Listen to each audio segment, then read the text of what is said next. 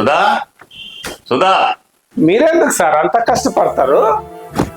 అవునా సుధా, బంగారు తల్లి, రమ్మ రా రా. రావమ్మ మహాలక్ష్మి రావమ్మ. వచ్చావా? వచ్చా. నాకు ఏమి ఇచ్చారని జగన్నాథ్ ఇస్తున్నావు? బొట్టు పెట్టి పిలవాలా నిన్ను? అమ్మ అమ్మ, అయ్యో సార్ సార్, మీరు నిలబడ్డారా సార్? దొరగారు, మహా దొరగారు, మీరు సంపాదించిన 2 కోటలు ఉన్నాయి కదా, ఆ కోటలో ఒక బుల్లి గుర్రం ఉంది. ఆ గుర్రం ఎక్కి డిక్చిక్ డిక్చిక్ అని ఇక్కడికి వచ్చిందన్నమాట.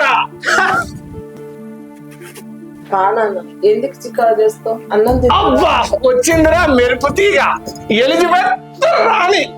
ఏమే పద్దు, వీళ్ళంటే నన్ను కన్నారు, పట్టించుకోవడం గాలికి వదిలేశారు. నువ్వు కూడా నన్ను పట్టించుకోవా? మొగుడు అంటే రెస్పెక్ట్ లేదా నీకు? అదేం లేదండి, నేను లోపల ఉన్నా. అన్నం పెట్టుకోరాబా.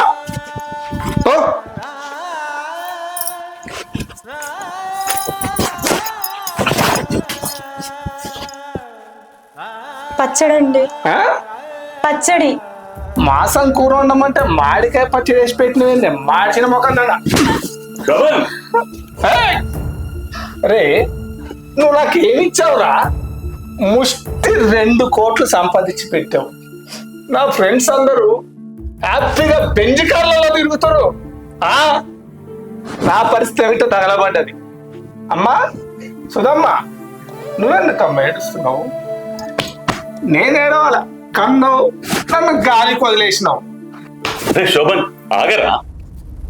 ఎన్నో కలలు కానీ నిన్ను కన్నా, అల్లారు ముద్దుగా పెంచుకున్నా, ఎంతో చక్కగా చదివించుకున్నా, ఎంతో కష్టపడి ఉద్యోగం చేసి 2 కోట్ల ఆస్తి సంపాదించి నీ పేరున పెట్టాను.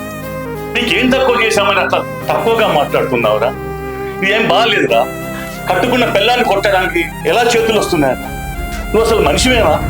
ఏంది నాన్న ఈ తాగుడే? తన తల్లిదండ్రుని కొట్టేటోటి, భార్యని కొట్టేటోటి, ఎంతో ప్రేమగా పెంచుకున్నదా నేను. సుధా, ఏ జన్మలో ఏ పాపం చేసుకున్నాం? ఇలాంటి వాడిని మన కొడుకు ఇచ్చాడు భగవంతుడు. ఈ జన్మకు ఇంతే, ఈ జన్మకు మన బతుకు ఇంతే. మద్యం తాగడం ఆరోగ్యానికే హానికరం కాదు, మిమ్మల్ని నమ్ముకున్న మీ కుటుంబానికి కూడా హానికరం. దయచేసి ఆలోచించండి.